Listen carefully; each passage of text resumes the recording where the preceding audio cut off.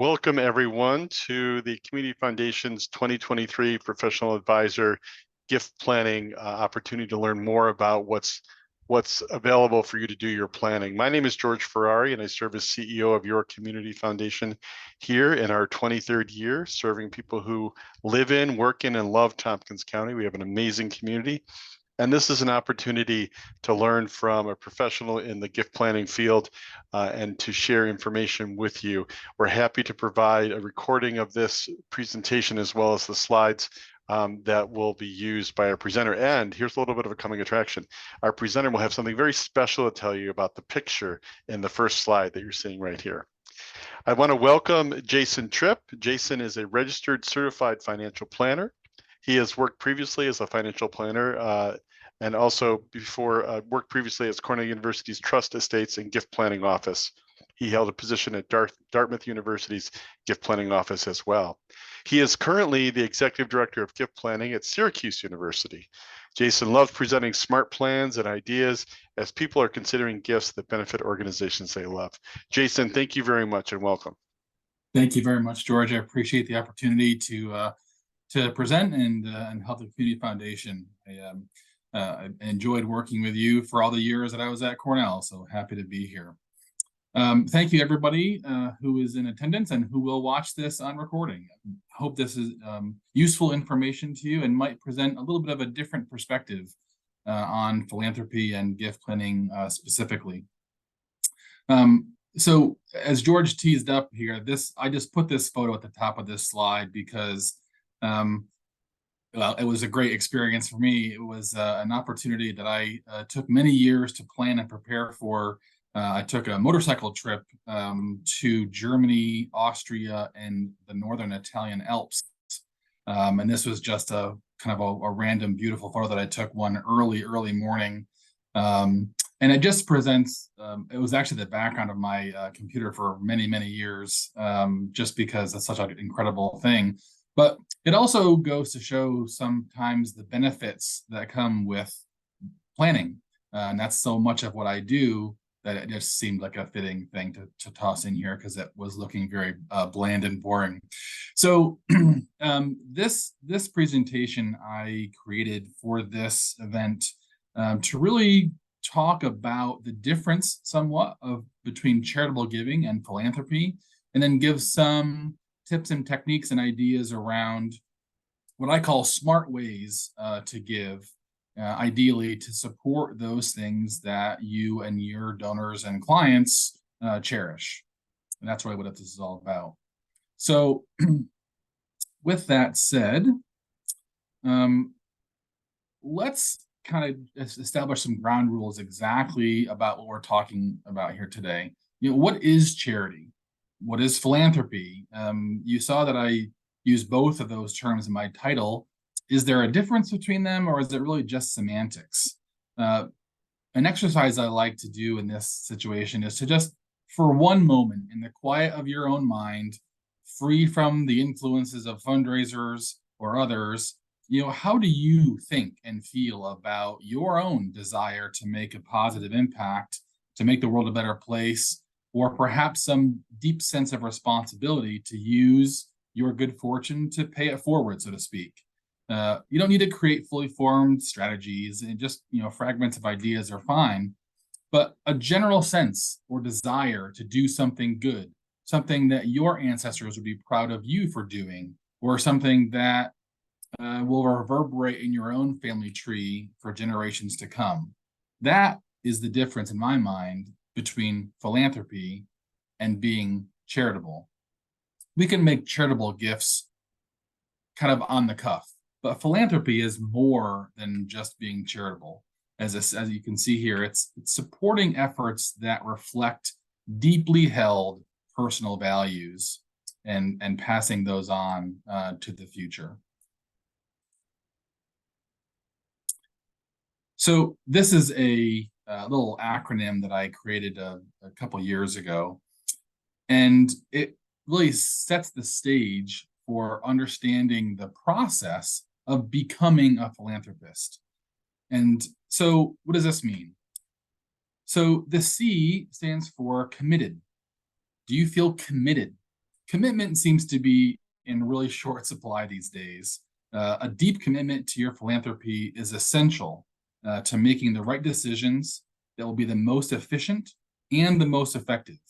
There are many factors to consider, and only people who are really committed to this process will see their charitable intentions through to fruition. Next, are those intentions aspirational? That's the A. Our aspirations allow us to reflect on the positive impact we wish to have on the world. Philanthropy is not just about what's most tax efficient or most creative, even though that's where I like to work. What do you aspire to accomplish, and how can charitable giving help you achieve those personal goals? The R in CARE stands for resourceful. Are you willing to be resourceful, to think creatively about how to accomplish these objectives? Being resourceful sometimes requires patience and strategic planning. It often requires us to think differently or consider different perspectives or ideas. Being resourceful means having a destination, a goal in mind, but being willing to take detours if necessary without faltering or becoming discouraged and ultimately abandoning those goals. The process of achieving these aspirations should be absolute joy and fun, not work and drudgery. And lastly, do you have genuine empathy for the needs of people you do not know, you may never meet, whose individual situations you may not understand or even agree with potentially? As we know, empathy is non-judgmental. It's experiencing, it's feeling personally the needs of others. It ultimately requires really only two things. Number one, show up. Be the person that shows up. And number two, be a good listener. We all want to feel like we have the right answers, myself included. We'd like to believe we can solve other people's problems by saying this or doing that. But true empathy requires us to suspend some of our own knee-jerk reactions and assumptions so that we can listen to the needs of others. True, effective charitable giving that meets these criteria can be very bold and powerful. The dollar amount is not the only measure of success. If you can achieve these four aspects of my definition of philanthropy, you will elevate yourself and those you care about permanently and with measurable, meaningful outcomes. And I realize that some of us in this session are advisors, so this applies to the people that you're working with, and to yourself personally, right? If your own charity is part of this conversation. So let's get into some of the nitty gritty. I normally don't like having slides with so many words and letters on them, but I wanted to show some of the tools of another term that I use called asset-based philanthropy. On the left side is a partial list of the types of assets that might be available for use when considering how to fund a philanthropic giving plan. The second column is a partial list of the types of structures one might employ to facilitate those plans and using those assets. And combining these in multiple ways is really where the magic happens. So I'm going to just kind of go really briefly through some of these as highlights, because one thing that I think is really critically important to recognize is that most fundraising, even in the world of professional fundraising where I work, most fundraising takes the place of cash. It is a solicitation for a dollar amount for whatever purpose, and the donor then says yes or no. Rarely do fundraisers get into the process of advising a donor how to make that gift. They may come up with lots of reasons why the gift is important, or identifying what designation a donor might want to achieve, but helping them figure out how to achieve all those objectives I was talking about a few minutes ago is really where gift planning, and that's really where my work comes into play, is identifying a variety of assets and different tools to make those things happen. So the first one, and one of the ones that's probably the easiest and most popular right now, is talking about using IRA assets in a variety of ways. And there are multiple reasons for that. So as some of you may be aware, the Secure Act a few years ago changed some of the rules around IRAs, specifically who can inherit them and over what time frame they can withdraw those assets. And I won't get into that. That's a topic of a different discussion. But because of that law, IRA assets are becoming much more popular as a vehicle for charitable giving. And that can take place during life using a couple different tools, one of them being a QCD, or qualified charitable distribution.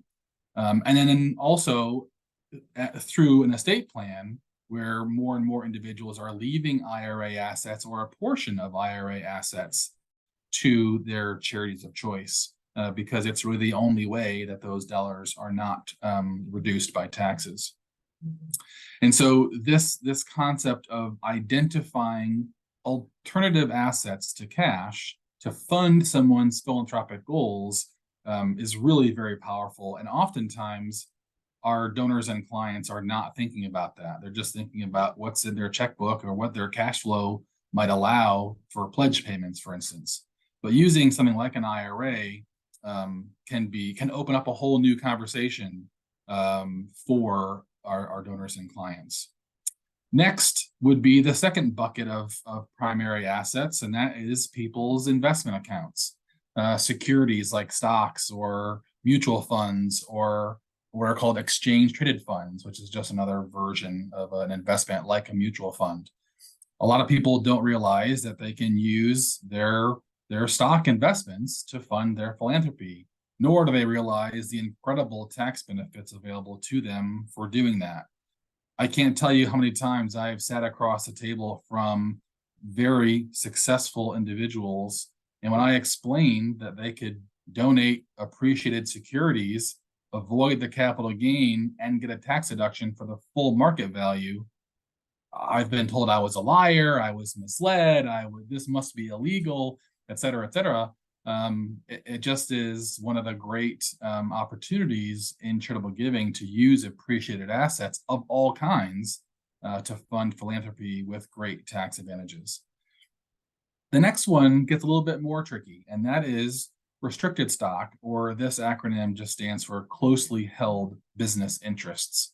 So these are all of the entrepreneurs in our relationships. These are people who own their own business as an entrepreneur, or they're part of a larger company that is closely held. Closely held just means it's not publicly traded. And so there's an incredible amount of wealth in our society that is held in the valuation of privately owned businesses.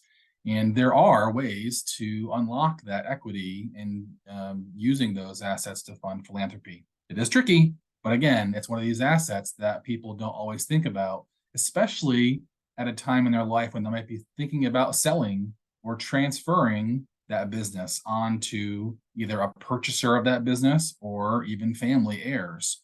And so how might we incorporate charitable giving in that transaction to both reach their philanthropic goals and their personal financial goals? One other thing that impacts people around the country, not so much in upstate New York as much, but we have clients and donors all over the country, and many of them have some kind of gas or mineral rights or lease contracts for farming land, et cetera, et cetera. All of these types of agreements are contracts that typically are providing income generated to the donors that they can then either assign directly to charity or make gifts from that cash flow. Another huge source of wealth and resources for charitable giving is real estate. So this could be anything from a personal residence to a vacation home, a family home, a home that's been inherited through the passing on of someone's parents or other family members. It also includes commercial properties. So lots of people own interests in rental properties or commercial properties of some kind. that can also then be used to fund philanthropy and, again, avoid some of those capital gains or other taxes. Non-financial tangible property. So these are things like gold, artwork, other jewelry, other valuable assets that are not kind of publicly traded or easily liquidated. Many times those that carry significant value can be used to fund gifts. And then there's all kinds of other things. I mean, we won't go through the whole list, but I wanted to give you kind of a sense of just kind of open people's eyes to the fact that even though we as individuals may not own all these kinds of things, many of our donors do. And if we are fundraising from our own pockets, we might not think of some of these assets that other people own and might have access to use to fund their philanthropy. The second column here are some of the more popular vehicles or structures that we might use in funding someone's philanthropy using some of these assets on the left-hand side. So the first one there stands for a charitable gift annuity or deferred charitable gift annuity. These are very simple contracts that are issued by the charity that provide a stream of income to the donor or the donor and their spouse or to someone else even for life. It's fixed and guaranteed. It is not a commercial annuity. It is not an insurance product. So there are no costs or expenses like you would have in a traditional kind of commercial annuity, and often provide a very compelling payout rate for those who are, let's say, mid 60s or 70 plus. It does get a little bit low when you're younger than that, but I've done quite a few of them with donors who are younger but choose to defer the income to a point down the road, which really is a great strategy. Because if we can provide a tax deduction today while they are at their peak earning years, but defer the income to a point in time down the road where they might need it because of inflation eroding their other sources of income in retirement, it can be a really nice way to combine current benefits and deferred benefits. The next piece here is on bequests and beneficiary designations. This is really the kind of meat and potatoes of traditional planned giving, where lots of folks are choosing to include a charity or multiple charities in their general estate plans. Bequests can come through someone's will. It can also be through a living trust or other types of trusts. And what we're finding also now more and more of are beneficiary designations. This last piece here, it says lifetime times 2.74. That this is a random, not random, but this is a statistic that I found during some research that someone's average bequest is equal to their entire lifetime giving times 2.74. So almost triple their combined lifetime gifts is the average bequest gift. And so as charities and as people who are talking to people who are interested in making gifts, we can't forget that this is a very significant source of major gifts for the charities that we represent and work with on a regular basis. Of course, there are lots of kinds of trusts. There's, this alphabet soup. There's just lots of different versions, and I won't get into all those now, but there are trusts that provide income back to the donor or to the donor's designee for life or a period of years. There's lots of different options and flexibility there. Some of those are done during life, and some are what are called testamentary, meaning you can set up a trust through your will or other trust to provide benefits to living heirs and then result in a future benefit to charity. One of the most popular things right now are donor advised funds. I'm sure we've all heard of those.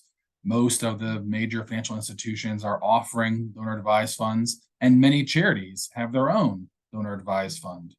Donor advised funds are really simply a way to transfer money from one pocket to the next, get a tax deduction for doing so, and that second pocket where that money is now restricted to charitable gifts to public charities.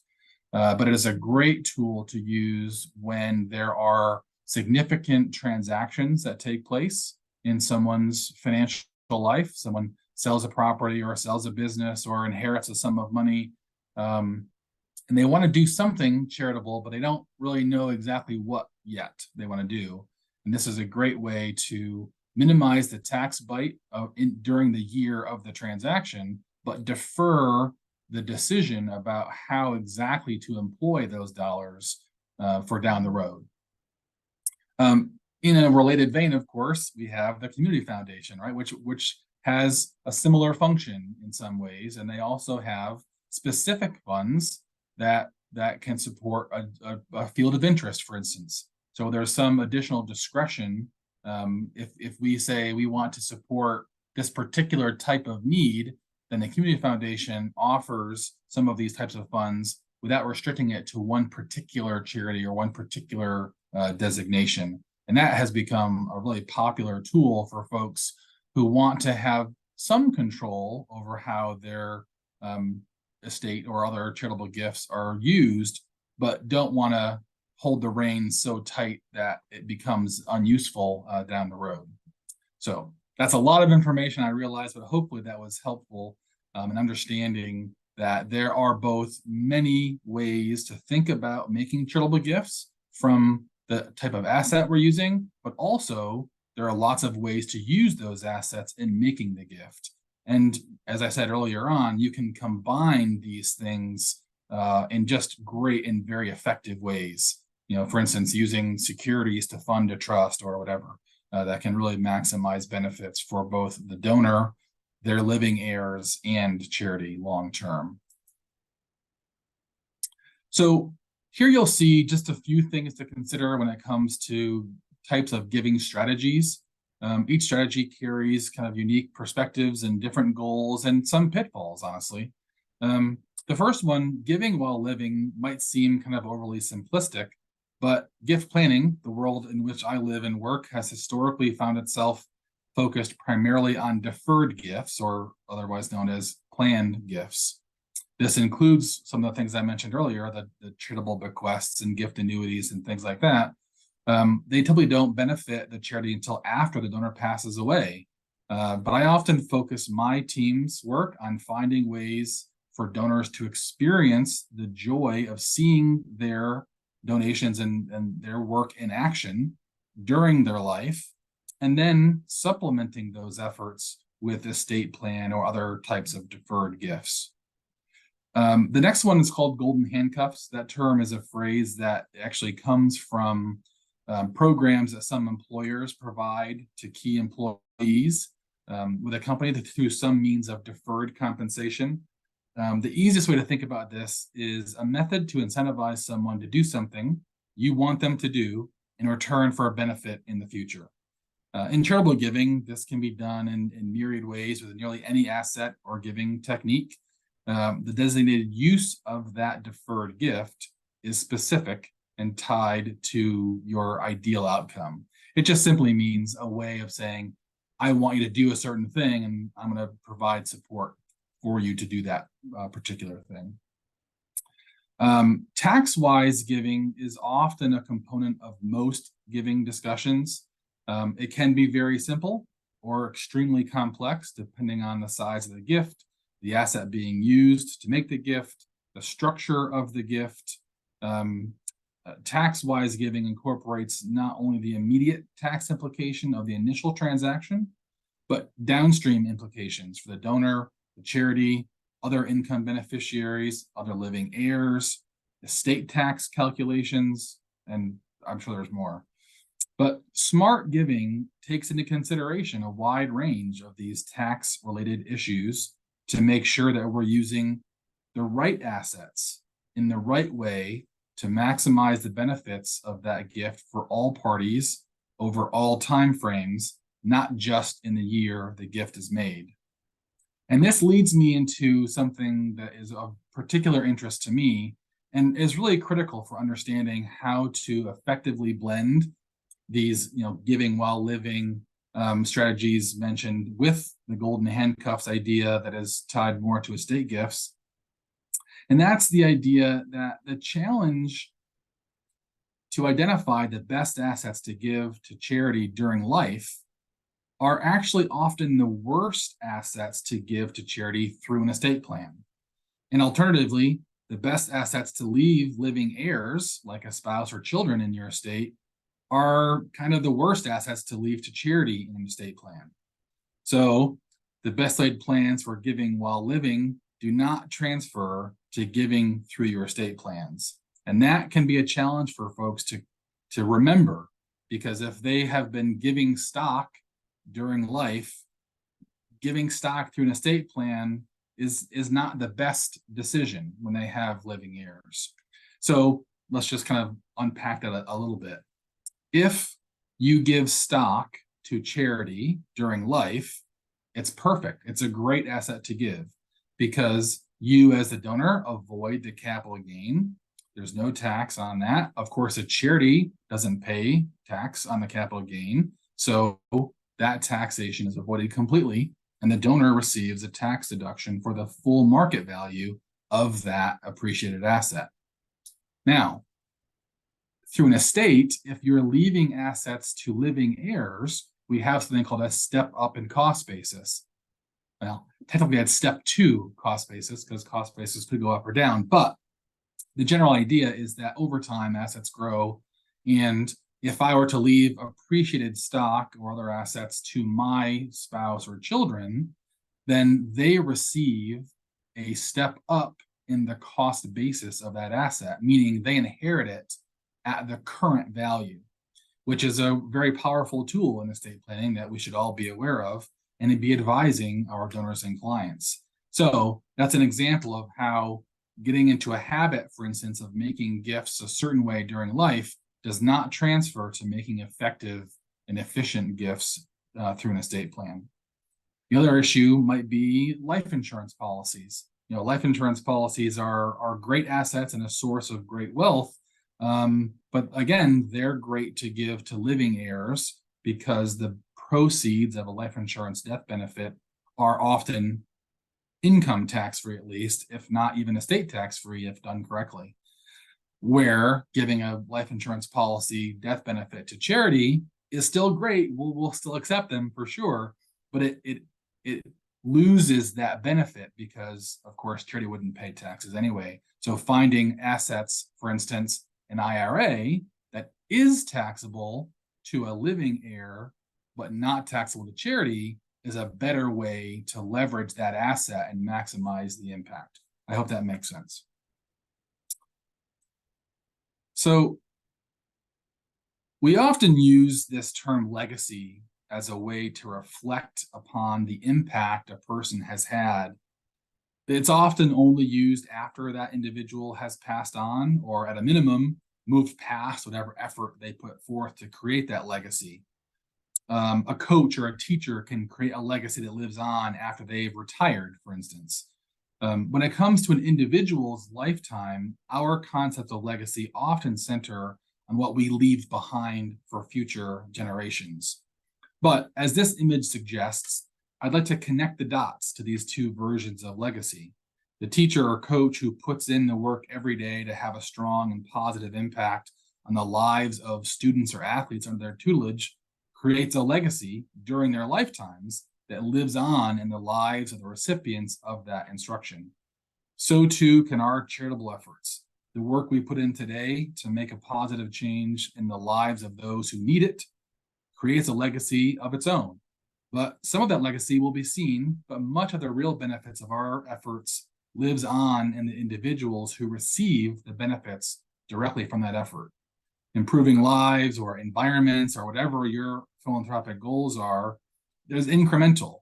The hope of philanthropy is that we personally, who have benefited from others' generosity, pay it forward, and that our efforts are expanded, and ultimately kind of echo in eternity, which is a line I stole from the movie 300. I just love that line. So if you care, where does your path start? Or if you have donors who care, I know this is a mixed group. We've kind of covered the broad brushstrokes of charitable giving and some of the ideas that deserve a bit more focus and personalization to reach maximum effectiveness. We've also covered my personal idea of the 4 critical building blocks of effective philanthropy. If you or a donor are working, or a donor that you're working with have met that standard, we might ask, what's next? And so these are another kind of acronym or 4 things that I've come up with, and that is inspiration, involvement, implementation, and impact. This is just a roadmap, for instance, for how you might direct a conversation around philanthropy. So let's ask them, what is your inspiration? Some donors have a very singular inspiration. Others have a wide range of interests on which they wish to have a positive impact. Neither is superior to the other. It takes all kinds to reach all the objectives that we have. Next is to get involved in whatever way feels most effective. In our industry, we often talk about time, talent, and treasure. Charitable giving is often focused on the treasure part of that, the cash, but don't forget that you can offer time as a volunteer, any special talents you might bring to the table. For instance, I'm on the board of a small community theater, and one of our board members is an accountant and provides almost immeasurable benefit to that charity, that nonprofit, because we need that skill set, and it can be quite expensive. So bringing talents to your charitable interests is also very valuable and worthwhile. The next step would be to implement those plans. It's often iterative, and they require alterations or updates along the way. And that's connected back to what I said earlier on about being resourceful. Things change. The tools and assets that are available may change over time. But having the rest of the equation in place, that goal in mind, will make it easier to make changes down the road while keeping your eye on that long-term objective. And lastly is to focus on the impact. Distractions are everywhere and perpetual. If we focus on the issues right in front of us every single day, we'll never see that horizon. We'll never see how close we are to achieving those goals. Focusing on the impact of our gifts is the best way to guide that entire giving process, and will impact each step along the way. So the last slide here, I kind of went too quickly for a second, is a clip from a show called Afterlife, and I really hope that it works. I should have tried this earlier, but we're going to try, and I hope that it works. It's not all about me. And even though I'm in pain, it's worth skipping around to maybe make my little corner of the world a slightly better place. That's all it is. Happiness is amazing. It's so amazing, it doesn't matter if it's yours. It's that lovely thing. A society grows great when old men plant trees, the shade of which they know they will never sit in. Good people do things for other people. That's it, the end. And you're good. You have so much to give. Smart, funny, lovely.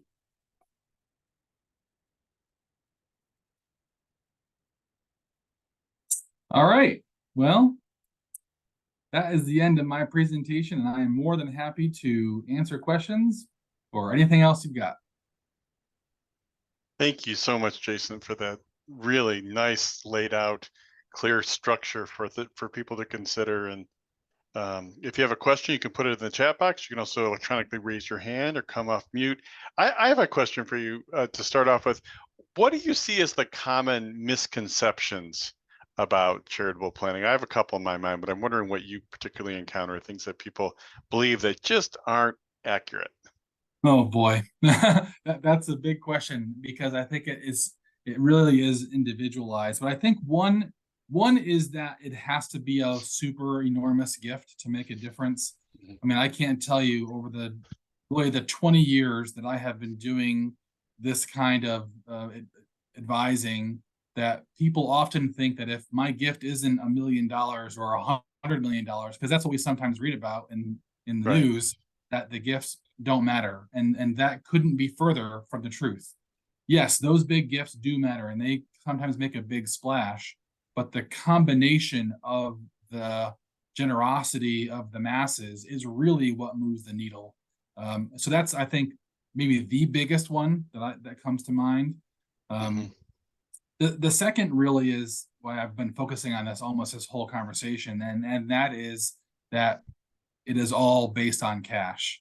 The fact that most gifts come from cash is really a problem, in my opinion, because people would like to have a bigger impact. And when we don't think creatively about how to reach these goals that we set, we'll never get there. And so having a structure like I just laid out to think about all the different things that someone might own or control, and that the vast majority of those things can be used to fund philanthropy, is really like my life's work, honestly. that's what I do every single day. And I work with folks who are extraordinarily successful, and have for many years. And that is one of the defining things that I've seen, is just, they just don't realize that they can use almost everything they own to fund these objectives. So if we combine those two things, we actually have people who would like to do more, and maybe a way to actually do more. So. Thanks. I know that Nancy has a question as well. One of the things that when I talk to people, I find is that people, there's one or maybe a corollary or two. One is it has to be perfect. I'm waiting for the perfect plan before I do anything. And the other is like, once I set a plan, I can never change it.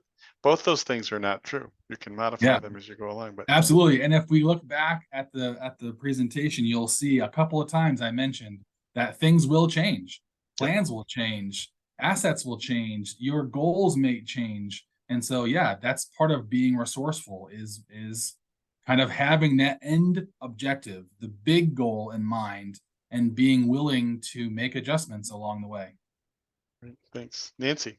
Yes. So I got this question in the chat, and this kind of goes to the perfect plan. What if, let's see if I can get this right. What if my retirement account has a charitable beneficiary, but while I'm using the funds now, it may transfer a small amount, and I'm not sure what to tell the charity?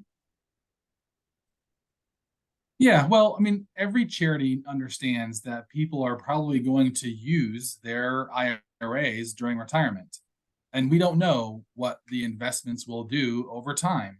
And so often when we're working with someone who is leaving a percentage of an IRA or some other retirement asset, we're not looking at that as a commitment to that specific dollar amount. It is an inclination, is an intention to make a gift of a certain size or a certain value of that person's estate. But it's not a commitment. And that's, I think, one of the things that most people who struggle with doing a gift like that sometimes have to think through, is that just because you put down your favorite charity as a 10% beneficiary of an IRA, and that's worth $10,000 today, that doesn't mean that you or the charity need to view that as a $10,000 commitment. It is just, you're just raising your hand to say, listen, I have an intention to support this charity, and this is the asset that works best for me. And who knows, down the road, it may be more or it may be less, but that's okay. That's great. Thanks. This one is, doesn't my will control the distribution of my entire estate?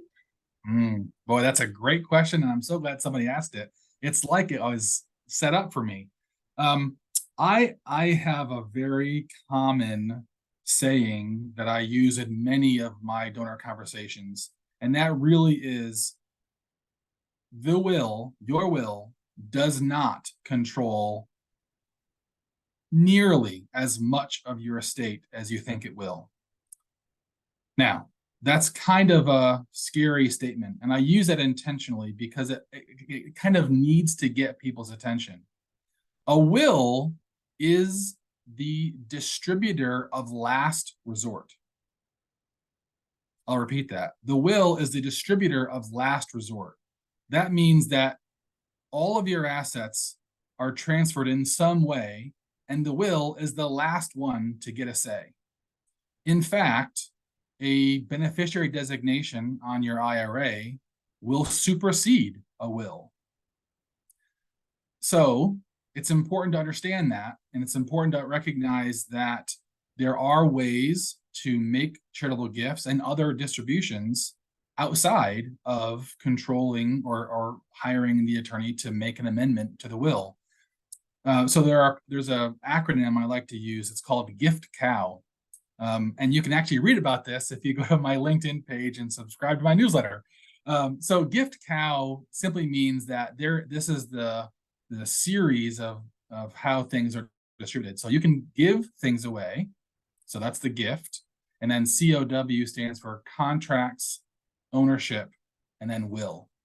So for instance, if you have a contract with someone and the contract states that at your death, the other person in the contract inherits your equity in that asset, then that will control the distribution of that asset, not the will. Even if the will says, I leave my equity in my business to my kids, but if the contract is with a partner, the partner is going to get it. Ownership is the next one. So ownership, again, kind of think of you may own a house with your spouse. And if your will says, when I die, I leave my house to my neighbor because they're my best friend. But if the house is owned by you and your spouse, the will is not going to override that. Ownership takes priority. And so the will really is the distributor of last resort. And the vast majority, actually, of your assets can and will transfer outside of a will. In some instances, people actually want that. So for instance, you might think about your checking account or investment account, your stock accounts. You can actually transfer with what's called a payable on death or a transfer on death election. Those work just like a beneficiary designation and will transfer those assets to the named beneficiary regardless of what the will says. So the big takeaway there is that no, the will does not control the entirety of your estate, not even close.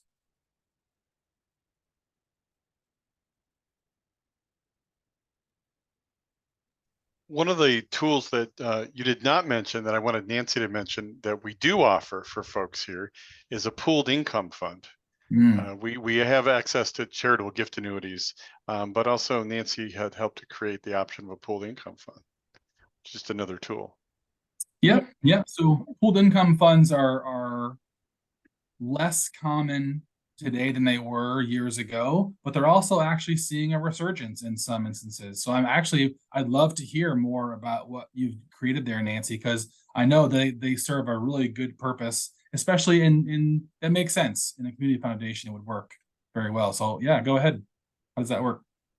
Just if someone's looking for life income and wants to benefit the charity at their death, similar to a charitable gift annuity, it's the main difference in my mind, just to keep it simple, is that it fluctuates with the market, where a charitable gift annuity has a payout based on your age and your life expectancy. There is a pooled income fund. The income amount changes with the market once a year.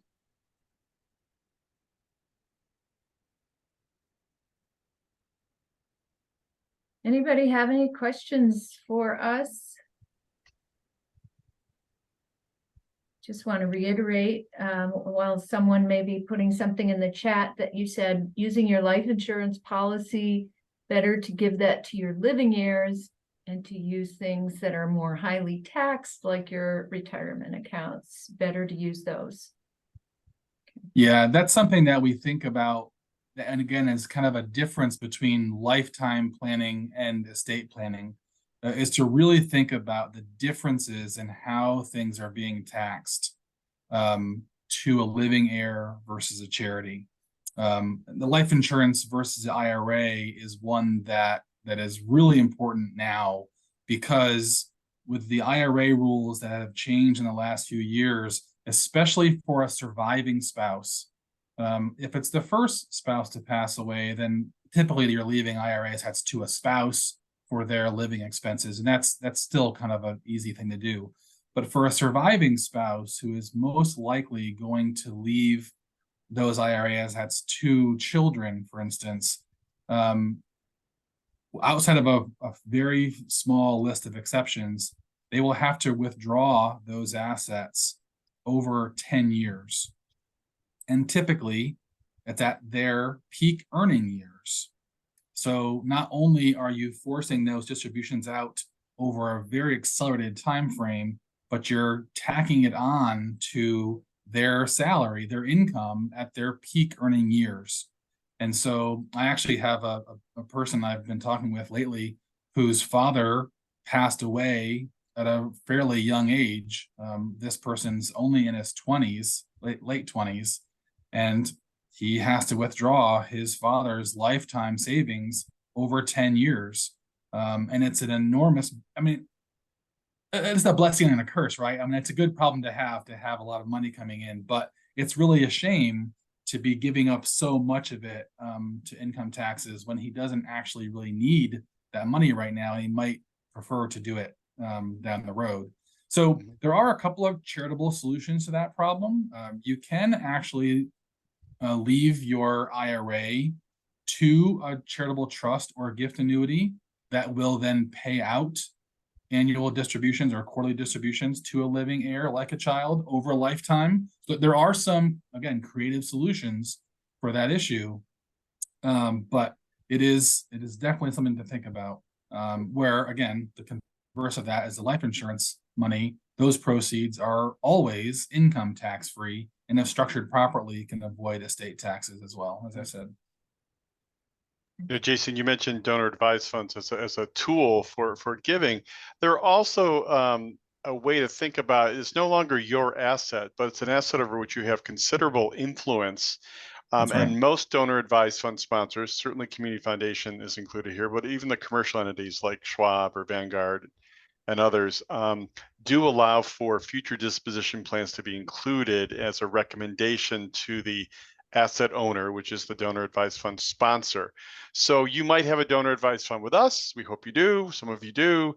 You might have a donor advised fund with another entity. Some of you do. Some of you have both of those things. You might want to consider when you have a donor advised fund at a commercial entity like Fidelity Charitable Gift Fund, of putting a future disposition of that fund to the community foundation, so we're able to manage the resources and the distribution of those rather than Fidelity Charitable Gift Fund Board of Directors. So that's another, it's not technically your asset, although you might engage it and think of it as an asset over which you have a lot of control and influence. And there might be an opportunity there to think about how you consider future disposition of donor advised funds, whether held here or elsewhere. Yeah, that's a great point, George. I'm glad you mentioned it because that's a growing issue. It's a growing problem in the commercial donor advised fund space is, folks who are using these tools for great effect now, which is fantastic. But when they do pass away, if there is not a successor charitable beneficiary, that's the technical term, then those funds will pretty much sit there. And those, commercial entities don't have the same level of interest in supporting charities as you might. They might rather just earn the fees on managing the assets. And so, yes, we actually have on numerous occasions worked with donors to name Syracuse or other charities as the successor beneficiary so that at their death, the distribution is made. And it actually counts as a bequest. So let's take a bequest evaluation like we would any other asset and provide them with gift credit and legacy society membership for that. So that's a great point. Thanks for mentioning it. Sure. And one more thing I have, you mentioned a lot about assets and transferring and using beneficiary forms. And what about in real estate? And what about someone's antique collection or something of value or someone's everyday vehicle? We get calls sometimes asking to donate someone's everyday vehicle. And we usually pass that on to someone else. But do you have other things like that you've had to settle? Yeah. Oh, yes. Yes. When I was at Cornell for many years, and I see Mary Beth Tarzian there. Hi. So, yeah, I mean, the reality is that lots and lots of people own things of tremendous value, and it can be art, it can be sculpture, it could be coin collections. So in the last couple of years when I was at Dartmouth, we accepted a coin collection that filled 6 milk crates. You know how big those crates are, right? Mhm. And how small coins are. That was a lot of coins, let me tell you. And there are some things to consider there, right? So depending on the charity, there are, related use or non-related use issues and how that can affect the tax deductions and things. But the reality is, as I said earlier, anything of significant value can be used in philanthropy. That doesn't mean it's going to be a good fit for every charity, or that every charity can liquidate that asset, right? As you just mentioned, the community foundation really isn't in a position to liquidate everyone's 12-year-old car or whatever. And sometimes charities do have to say no, just because the administrative burden or difficulty in liquidating an asset is more trouble than it's worth, or they simply can't do it.